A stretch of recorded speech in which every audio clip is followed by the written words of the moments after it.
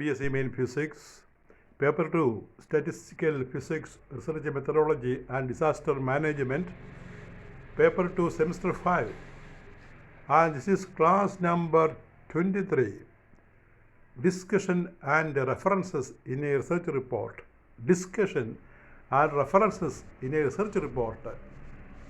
Unit 2, Research Methodology, BSc Main Physics, Paper 2.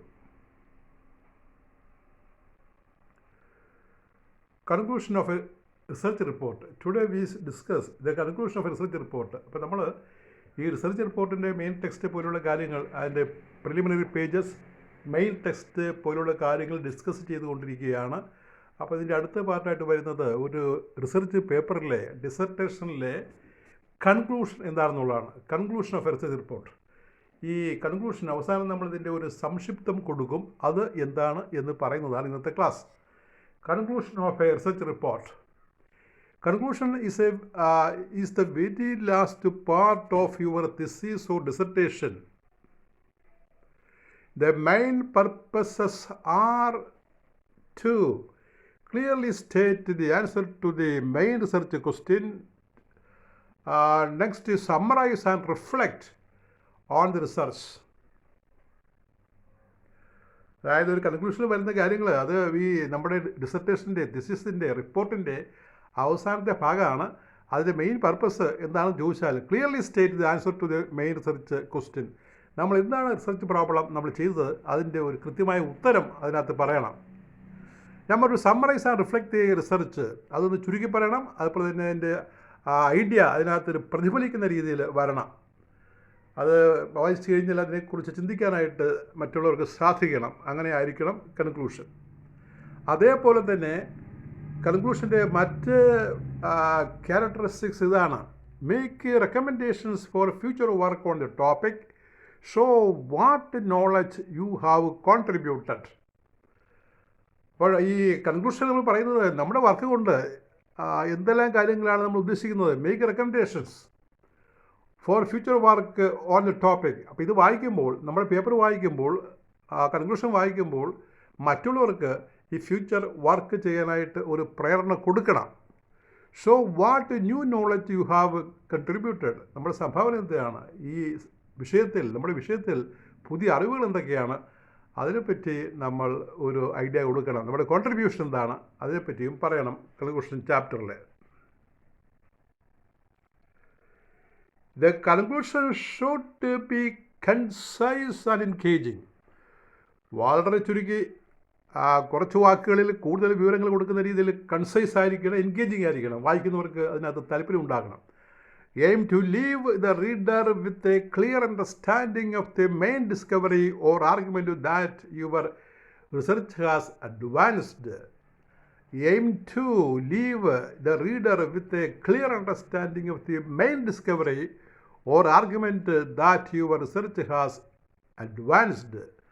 അപ്പോൾ നിങ്ങൾ research കൊണ്ട് എന്ത് ഡിസ്കവറിയാണ് നടത്തിയത്, അല്ലെങ്കിൽ എന്ത് ആർഗ്യുമെൻ്റാണ് നിങ്ങൾ വെക്കുന്നത്, അത് വായനക്കാരന്, റീഡറിന് അതിനെക്കുറിച്ചൊരു ഐഡിയ കൊടുക്കുന്നതായിരിക്കണം കൺക്ലൂഷൻ. അപ്പോൾ നമ്മൾ ഈ കൺക്ലൂഷൻ്റെ തൊട്ട് മുമ്പുള്ള ചാപ്റ്ററിൽ വരുന്നത് മെയിൻ ടെക്സ്റ്റിനകത്ത് വരുന്ന ഒരു ഭാഗമാണ് ഡിസ്കഷൻ. അപ്പോൾ ഡിസ്കഷനും കൺക്ലൂഷനുമായിട്ട് ചിലപ്പോൾ ചില കാര്യങ്ങൾ ഓവർലാപ്പ് ചെയ്യും. എങ്കിലും തമ്മിലൊരു പ്രകടമായ വ്യത്യാസമുണ്ട് ഈ ഡിസ്കഷനും കൺക്ലൂഷനുമായിട്ട്. ഡിസ്കഷൻ മെയിൻ ടെക്സ്റ്റിൻ്റെ ലാസ്റ്റ് പാർട്ടാണ്. കൺക്ലൂഷൻ ഈ നമ്മുടെ പേപ്പറിന് തന്നെ, ഡിസർട്ടേഷന് തന്നെ അവസാനത്തെ ചാപ്റ്ററായിട്ട് വരുന്നതാണ്. അപ്പോൾ ഇവ തമ്മിൽ എന്താണ് വ്യത്യാസം? Discussion versus conclusion. അപ്പോൾ രണ്ടും ഡിഫറൻ്റ് ആണ്. കൺക്ലൂഷൻ വളരെ ചെറുതാണ്. പക്ഷേ ഡിസ്കഷനിൽ പറയുന്ന കാര്യങ്ങളെല്ലാം മിക്കതും തന്നെ കൺക്ലൂഷനിൽ നമ്മൾ ചെറുതായി പ്രതിപാദിക്കും. The conclusion contains similar elements to the discussion, and sometimes these two sections are combined, especially in shorter papers and journal articles. അപ്പോൾ ഈ കൺക്ലൂഷനും ഡിസ്കഷനും സെപ്പറേറ്റ് ആണ്. കൺക്ലൂഷൻ അവസാനത്തെ ചാപ്റ്ററാണ്. എന്നാൽ ചെറിയ ഈ കോൺട്രിബ്യൂഷൻ, ചെറിയ ജേർണൽസ് അല്ലെങ്കിൽ ചെറിയ സൈസിലൊക്കെ രണ്ടും ഒരുമിച്ചാണ് വരുന്നത്. But in a thesis or dissertation, വലിയ thesis dissertation, it is usual to include a final chapter that wraps up research and gives the reader the final impression of your work. ഇപ്പോൾ വലിയ research പേപ്പറാണെങ്കിൽ കൺക്ലൂഷനകത്താണ് ഇതിൻ്റെ പ്രധാന കാര്യം പറയുന്നത്. നമ്മുടെ ഈ റിസർച്ചിനെ കുറിച്ച് റീഡർക്ക് ഒരു വായനക്കാരൻ ഒരു ഇമ്പ്രഷൻ ഉണ്ടാക്കുന്ന ഭാഗമാണ് ഈ കൺക്ലൂഷൻ. അത് സെപ്പറേറ്റാണ് വലിയ റിസർച്ച് പേപ്പറിൽ. അതൊരു ഫൈനൽ ചാപ്റ്ററായിട്ട് കൊടുക്കണം. അതിനകത്താണ് റിസർച്ചിൻ്റെ പ്രധാനപ്പെട്ട ഒരു കൺക്ലൂഷൻ നമ്മൾ കൊടുക്കുന്നത്, അല്ലെങ്കിൽ മറ്റു വായനക്കാർക്ക് വീണ്ടും ഇതിൽ വർക്ക് ചെയ്യാനുള്ള ഒരു ഇൻസ്പിറേഷൻ കൊടുക്കുന്നത്. The conclusion chapter should be shorter and more general than the discussion. ഇപ്പോൾ ഡിസ്കഷനകത്തും ഈ കൺക്ലൂഷനകത്തും ചില കാര്യങ്ങൾ കടന്നു വരുമെങ്കിലും the conclusion chapter should be shorter, ചെറുതാണ്, and more general than the discussion. Instead of discussing specific results and interpreting the data in detail, here you make a broad statement that is sum of the most important insights of the research. അപ്പോൾ ഡിസ്കഷനകത്ത് നമ്മൾ വളരെ detailed ആയിട്ടാണ് കാര്യങ്ങൾ discuss ചെയ്യുന്നത്. എന്നാൽ ഇവിടെ ഒരു പൊതുവെ കാര്യം ഡിസ്കസ് ചെയ്യും, ഐഡിയയിൽ ഇവിടെ സമപ്പ് ചെയ്യുകയാണ്. അല്ലാതെ ഡിസ്കഷനെ പോലെ ബ്രോഡായിട്ട് ഡിസ്കസ് ചെയ്യാറില്ല. ഇവിടെ സമപ്പ് ചെയ്താണ് കൺക്ലൂഷനിൽ കാര്യങ്ങൾ പറയുന്നത്. ഡിസ്കഷനിൽ വരുന്ന കാര്യങ്ങൾ പലതും കൺക്ലൂഷനകത്ത് വരാറുണ്ട്. The conclusion should not introduce new data, interpretations or arguments. പുതിയ ഡേറ്റകൾ അല്ലെങ്കിൽ പുതിയ വ്യാഖ്യാനങ്ങൾ അല്ലെങ്കിൽ ആർഗ്യുമെൻറ്റ്സ്, വാദഗതികളൊന്നും കൺക്ലൂഷനകത്ത് വെക്കാൻ പാടില്ല. അത് നേരത്തെ പറയേണ്ട കാര്യങ്ങളാണ്. ലെങ്ത് ഓഫ് കൺക്ലൂഷൻ, സാധാരണ കൺക്ലൂഷൻ ഒരു 200-250 വാക്കുകളാണ് നമ്മൾ ചെയ്യുന്നത്. 1 പേജ് അല്ലെങ്കിൽ 1.5 പേജ് കൺക്ലൂഷൻ. അപ്പോൾ അത് എത്രമാത്രം വരണം എന്നുള്ള ലെങ്ത് ഓഫ് കൺക്ലൂഷൻ അത് പല ഡിസർട്ടേഷനകത്തും പല രീതിയിലാണ്. അപ്പോൾ അതിനെപ്പറ്റി ഒരു ഐഡിയ കിട്ടാനായിട്ട് നമ്മൾ ഇതാണ് ഓർക്കേണ്ടത്. Depending on the type of thesis, the conclusion should typically B around 5 to 7%. 5 അപ്പോൾ 20 പേജ് ഉണ്ടെങ്കിൽ ഒരു പേജ് മതി കൺക്ലൂഷൻ. ആ രീതിയിലാണ്. ഒരു 200-250 വാക്കിൽ നമ്മൾ കൺക്ലൂഷൻ നടത്തണം. Depending on the types of thesis, the conclusion should be typically around 5 to 7% of the overall word count. മൊത്തം ആ റിപ്പോർട്ടിൽ എത്ര വാക്കുകളുണ്ട് അതിൻ്റെ ഒരു 5% അല്ലെങ്കിൽ 7% വരെ കൺക്ലൂഷനിൽ നമുക്ക് വാക്കുകൾ ഉൾക്കൊള്ളിക്കാം. An empirical scientific study will often have a short conclusion that concisely states the main findings and recommendations, while a humanities thesis might require more space to conclude its analysis and tie all the chapters together in an overall argument. ഇപ്പോൾ ഇവിടെ പറയുന്നത് ഒരു scientific research റിപ്പോർട്ടും അതുപോലെ ഒരു humanities research report this തമ്മിൽ വ്യത്യാസമാണ്. ആ എംപിരിക്കൽ സയൻറ്റിഫിക് സ്റ്റഡി, എംപിരിക്കൽ എന്ന് പറഞ്ഞാൽ നമുക്ക് അതൊരു ലോയൊന്നുമില്ല, നമ്മൾ ലോ കണ്ടുപിടിക്കുകയാണ്. എംപിരിക്കൽ എന്ന് പറഞ്ഞാൽ നമ്മുടെ അനുഭവ സിദ്ധമായ കാര്യങ്ങളാണ്, പരിചയത്തിലൂടെ പ്രായോഗികമായിട്ട് കണ്ട കാര്യങ്ങളാണ്.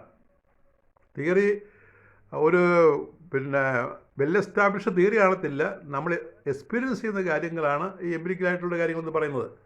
അപ്പോൾ അങ്ങനെയുള്ള ഒരു സയൻറ്റിഫിക് സ്റ്റഡിയിൽ നിന്നാണ് നമ്മൾ ശരിക്കും ഒരു ഫോർമുലയിൽ എത്തിച്ചേരുന്നത്. ആ empirical scientific study will often have a short conclusion. അപ്പോൾ അത്തരം സ്റ്റഡിയിൽ ഈ അനുഭവസിദ്ധമായിട്ടുള്ള ചില സയൻറ്റിഫിക് സ്റ്റഡിയിൽ ഒരു ഷോർട്ട് കൺക്ലൂഷനാണ്. That concisely states the main findings and recommendations. നമ്മൾ കണ്ടെത്തിയതും നമ്മുടെ റെക്കമെൻഡേഷനും അതിനകത്ത് കൊടുക്കണം. വൈൽ ഹ്യൂമാനിറ്റീസ്, ഇപ്പോൾ നമ്മൾ ഈ സോഷ്യൽ സയൻസ് ഒക്കെ ആണെങ്കിൽ the thesis might require more space. അത്തരം ഈ തിസിസിലെ കൺക്ലൂഷനകത്ത് മോർ സ്പേസ് വേണം. അവിടെ എന്ത് ചേർക്കണം? Concludes analysis and all the chapters together. എല്ലാ ചാപ്റ്ററിനെ കുറിച്ചും ഈ കൺക്ലൂഡിങ് റിമാർക്സിൽ നമ്മൾ കാര്യങ്ങൾ പറയണം. അപ്പം അത്രയാണ് കൺക്ലൂഷൻ സെക്ഷനെ കുറിച്ച് പറയാനുള്ളത്. ഇനി റിപ്പോർട്ടിലെ അവസാനത്തൊരു പാർട്ടുണ്ട്, റെഫറൻസ് സെക്ഷൻ എന്ന് പറയും. അപ്പം നമ്മൾ ഏതെല്ലാം ജേർണൽസ്, ഏതെല്ലാം പേപ്പറുകൾ, ഏതെല്ലാം വ്യക്തികളുടെ കുറിപ്പുകൾ നമ്മൾ റെഫർ ചെയ്തു, അത് റെഫറൻസ് സെക്ഷനിൽ കൊടുക്കണം. Reference section of a research report. The reference section is a very important component of the report. It contains all the necessary literature that have been referred to before, during, and after the study and contains books, journal articles are documents from where the materials have been referred to. That is the acknowledgement.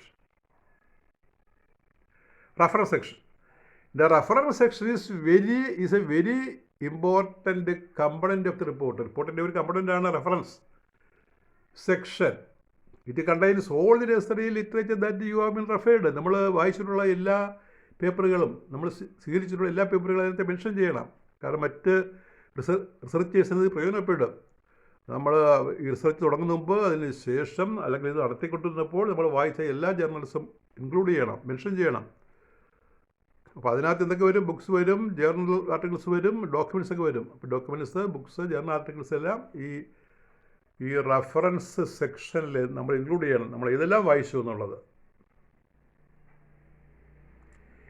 A reference page is the last page of an essay or research paper that has been written APA style.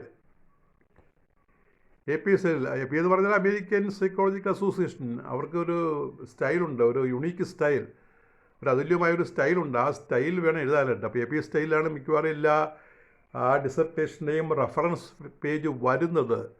A reference page is the last page of an essay or research paper that has been written in APA style. It lists all the sources you have used in your project, so readers can easily find what you have cited. അപ്പോൾ APA സ്റ്റൈലിലാണ് ഈ reference കൊടുക്കേണ്ടത്. അപ്പോൾ ഏതൊരു റീഡർക്കും നമ്മൾ refer ചെയ്ത ആ topic പെട്ടെന്ന് കണ്ടുപിടിക്കാൻ സാധിക്കും. അപ്പോൾ എന്താണ് APA style? The American Psychological Association, APA, created an APA style, which is a standard method of formatting documents and citing sources. The reference page format is unique to the APA style. Other formatting styles have different names and ways of listing sources on the last page of the document. For example, the Model Language Association, MLA, calls it as works cited, and the Turabian style calls it a bibliography. അപ്പോൾ ഈ reference നമ്മൾ കൊടുക്കേണ്ട American psychology സ്റ്റൈലാണ്. American psychological association style വേണം reference എഴുതാനുണ്ട്. അതിന് APA style എന്ന് പറയും. അങ്ങനെ കൊടുത്തു കഴിഞ്ഞാൽ മറ്റൊരു റീഡർക്ക് പെട്ടെന്ന് ഇതിൻ്റെ സോഴ്സ്, നമ്മൾ കൊടുത്ത ജേർണലിലെ സോഴ്സൊക്കെ പെട്ടെന്ന് കണ്ടുപിടിക്കാൻ സാധിക്കും. The reference style format, the reference page format is unique to the APA style. അപ്പോൾ APA സ്റ്റൈലിന് അതൊരു പ്രത്യേക ഇമ്പോർട്ടൻസ്, യുണീക്കായിട്ടുള്ള ഒരു അതുല്യമായിട്ടുള്ളൊരു സ്റ്റൈലാണ്. Other formatting styles have different names. മറ്റ് ഫോർമാറ്റിംഗ് സ്റ്റൈലിന് പ്രത്യേക പേരാണ്. ഉദാഹരണത്തിന് ഇപ്പോൾ മോഡൽ ലാംഗ്വേജ് അസോസിയേഷൻ, MLA, അവർ ഈ റഫറൻസ് കൊടുക്കുന്നത് അതിൻ്റെ പേര് വർക്ക് സൈറ്റഡ് എന്നാണ്. ടുറാബിയൻ സ്റ്റൈലിൽ അതിനെ വിളിക്കുന്ന പോലെ ബിബ്ലിയോഗ്രാഫിയാണ്. നമ്മൾ ചില ഡെസർട്ടേഷൻ പേപ്പറുകൾ വായിക്കുകയാണെങ്കിൽ അവസാനം കൊടുക്കുന്നത് ബിബ്ലിയോഗ്രാഫി എന്നാണ്. ഇപ്പോൾ APA സ്റ്റൈലാണെങ്കിൽ റഫറൻസ് എന്ന് എഴുതാം, റഫറൻസസ്, അല്ലെങ്കിൽ വർക്ക്സ് സൈറ്റഡ് അങ്ങനെയും എഴുതാം. അപ്പോൾ ഇതിൻ്റെ ക്വസ്റ്റ്യൻസ് ഇങ്ങനെയൊക്കെ ചോദിക്കാം. What is the need for conclusion in a research report? അപ്പോൾ കൺക്ലൂഷനെ പറ്റിയുള്ള കാര്യങ്ങൾ പറയണം. Distinction between discussion and conclusion in research report, രണ്ടും തമ്മിൽ വ്യത്യാസം നമ്മൾ പ്രത്യേകം പറഞ്ഞിട്ടുണ്ട്, വായിച്ച് പഠിക്കണം. What is mean by APA style of writing conclusion? APA style എന്ന് പറഞ്ഞാൽ എന്താണ്? മറ്റ് സ്റ്റൈലുകളുടെ പേര് ഓർത്തിരിക്കണം. What is the importance of references in a thesis? അപ്പോൾ റഫറൻസിൻ്റെ പ്രാധാന്യം എന്താ? റഫറൻസിനെ കുറിച്ചുള്ള നോട്ട് കൊടുക്കണം.